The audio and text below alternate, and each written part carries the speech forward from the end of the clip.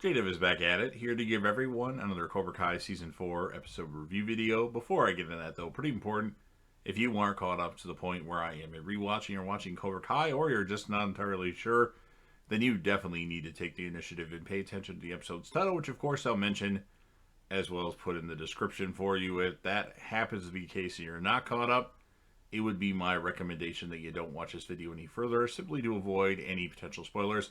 This will be Cobra Kai Season 4, Episode 4. The title of this episode is called Bicephaly. This will be my review, reaction, recap after just finishing watching the episode. Kenny and his classmates from the middle school attend an orientation at the high school, and him and Leah actually make some small talk, and of course she points out the strawberry stain on his brand new Cobra Kai t-shirt. Kenny goes to the bathroom to wash the stain off, but he runs into Bert and Nate, and they immediately taunt him about his shirt.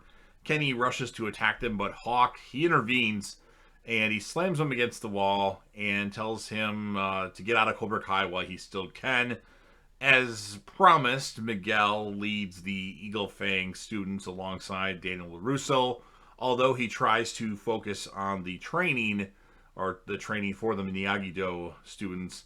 Johnny Lawrence can't help but be distracted by Miguel's interactions with Daniel LaRusso, leading him to actually drop his guard and unintentionally allow Dimitri to kick him in the face. So in retaliation for this, Johnny blinds Dimitri with duct tape and a couch cushion to act as a punching bag for the rest of the students. Hoping to reconnect with his star pupil, Johnny invites Miguel over for a dinner after the training session with all the students. Unfortunately, Miguel tells him that he's going with Daniel LaRusso to finish his mother's car, and then upon hearing him address Daniel as sensei, Johnny looks resentful for this. At the garage, Daniel and Miguel are repairing Carmen's car, and Miguel is in the driver's side seat. Daniel enters the car from the passenger side and actually fastens his seatbelt and then tells Miguel to drive them to the party where Amanda and Sam are awaiting them. This is not a good idea. Miguel has no driving experience, and of course his first attempt already starts off to a rough start. Meanwhile, Sam is annoyed at the fact that she had to or was forced to attend this birthday party with her mom, but immediately perks up when Tori, of all people, walks out on stage as a performer, dressed up in a mermaid outfit. Robbie helps Kenny work on his combos at the Cobra Kai dojo. When Kenny brags that he already knows all the moves, Robbie drops the pads and quickly takes Kenny down a notch with a leg sweep. He then shares a Miyagi-Do lesson about balance, which Silver overhears, agreeing that balance is crucial. He asks Kenny to give him a moment alone with Robbie. The two engage in a sparring match that Silver easily wins. He tells Robbie that he has learned to channel his anger but is still afraid, and cautions him that if he doesn't face his fear, it will hold him back forever. And it's actually kind of a good advice from Silver, although Terry Silver obviously is a major bad guy. And then at home, Johnny reminisces over photos of Miguel on Facebook while trying to figure out how to tell him that he's dating his mom, Carmen, which shouldn't be a really big thing. After an ill-fated web search, Johnny flashes back to the day when his mom told him she was hooking up with Sid, the really old guy that we saw in the first season. He's still upset about losing his real father. Johnny angrily rejects the idea of a stepdad and flees to his room. His mom, she finds him going through a box of his father's belongings, which he's actually kept under his bed. Resentful of the man who abandoned them, she takes the items to be thrown away despite Johnny's protests. On the way going to the party, Daniel and Miguel bond over 1980s soft rock. Miguel approaches a yellow light and he promptly speeds through it, having picked up a bad habit from Johnny. Recalling Mr. Miyagi as his own father figure, Daniel inquires about Miguel's birth father, that we know nothing about really. Miguel replies that he has never met him, but heard that he was involved in something illegal, which prompted Carmen to move to the States. And I always thought Miguel's father was Terry Silver. Of course, we all know, spoiler, watching the season, that he's not. He also recently discovered that his father actually lives in Mexico, and Daniel draws a comparison between Carmen and his own mother, stating that they only wanted to make a better living for their kids, and that avoiding conflict is one of the most heroic things a person can do. Taking the lesson to heart, Miguel comes to a stop at the next yellow light. Unable to help herself, Sam relentlessly teases Tori as she entertains the kids with a fairy tale, seeking to get even. Tori actually characterizes Sam as the evil witch from her story and encourages the kids to throw a glitter bomb at Sam to destroy her. They happily comply, leaving a furious Sam covered in glitter and her mother in shock. And then while cooking dinner at home, Johnny answers a knock at the door to find Robbie at his doorstep. He informs Johnny about Hawk and the other students bullying Kenny at the school and warns that there will be payback if it doesn't stop. In turn, Johnny urges him not to do anything stupid and believes him to be brainwashed by John Kreese. Robbie responds that unlike Johnny, he never trusted Kreese and is just using Cobra Kai to get what he wants. He also names Johnny as his source of fear, which he intends to purge because he believes he is better than Johnny and refuses to end up like him. With nothing left to say, Robbie departs.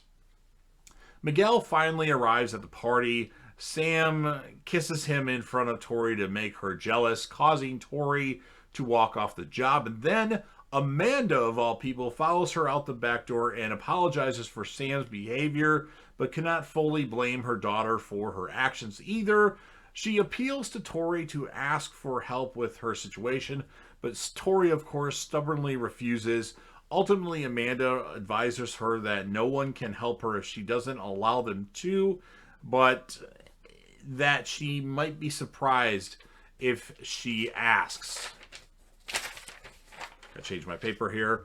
Johnny sets the table for dinner and goes outside to invite Miguel over, only to find out that he has already eaten dinner with Daniel LaRusso and is getting ready for a night out with Sam. Johnny points out that he has been spending a lot of time with Daniel lately and is particularly annoyed when he hears that Daniel taught Miguel how to drive, which I still think was a dumb idea. Eventually, Johnny decides it is not the right time to address his concerns and lets Miguel go on his way. At the drive-in movie theater, Kenny is tasked with buying concessions for all of his former Cobra Kai members. His arms loaded with snacks sees Bert and Nate and tries to avoid them, only to collide with Hawk, which knocks all the food out of his hands. Seeing that Kenny is obviously in trouble, Robbie comes to his defense, promoting a standoff between Cobra Kai, Miyagi-Do, and Eagle Fang. Miguel tries to defuse the conflict and be peacemaker, but after Robbie taunts him, he tells the Cobra Kai members to meet them at the baseball diamond in 30 minutes with no weapons. They find themselves alone when they arrive, just in time for the sprinklers to turn on and drench them as their rivals drive away, laughing. Robbie and his teammates swear revenge. And then the next day at the dojos, Kreese evaluates the situation and determines they need to strike back against Johnny and Daniel. Terry Silver, of course, disagrees, however, cautioning his old friend about repeating the mistakes of the past that ended up sinking Cobra Kai, namely his rival with Miyagi. Kreese recalls that he hated Miyagi for shattering Johnny's confidence back in the 80s, but Terry Silver insists that Cobra Kai was never about revenge, but about building strength by turning fear into a weapon. Though he does not sanction revenge, Terry Silver doesn't believe their students' humiliations should go unanswered either. So at Miyagi-Do, Johnny is irritated to hear about the previous night's prank and admonishes the students for poking the bear. Conversely, Daniel praises Miguel for handling this conflict without violence, which is always a good thing, and taking the Miyagi-Do teachings to heart. Taking exception to Daniel spending so much time with his top student, Johnny is about to give him a piece of his mind, but then they are interrupted when John Kreese and Terry Silver walk onto the dojo. As the memories of Silver come flooding back, Daniel is just enraged with all of this. You can just tell, and that's how the episode ends. So pretty entertaining episode. I like the whole development now with Miguel and Daniel.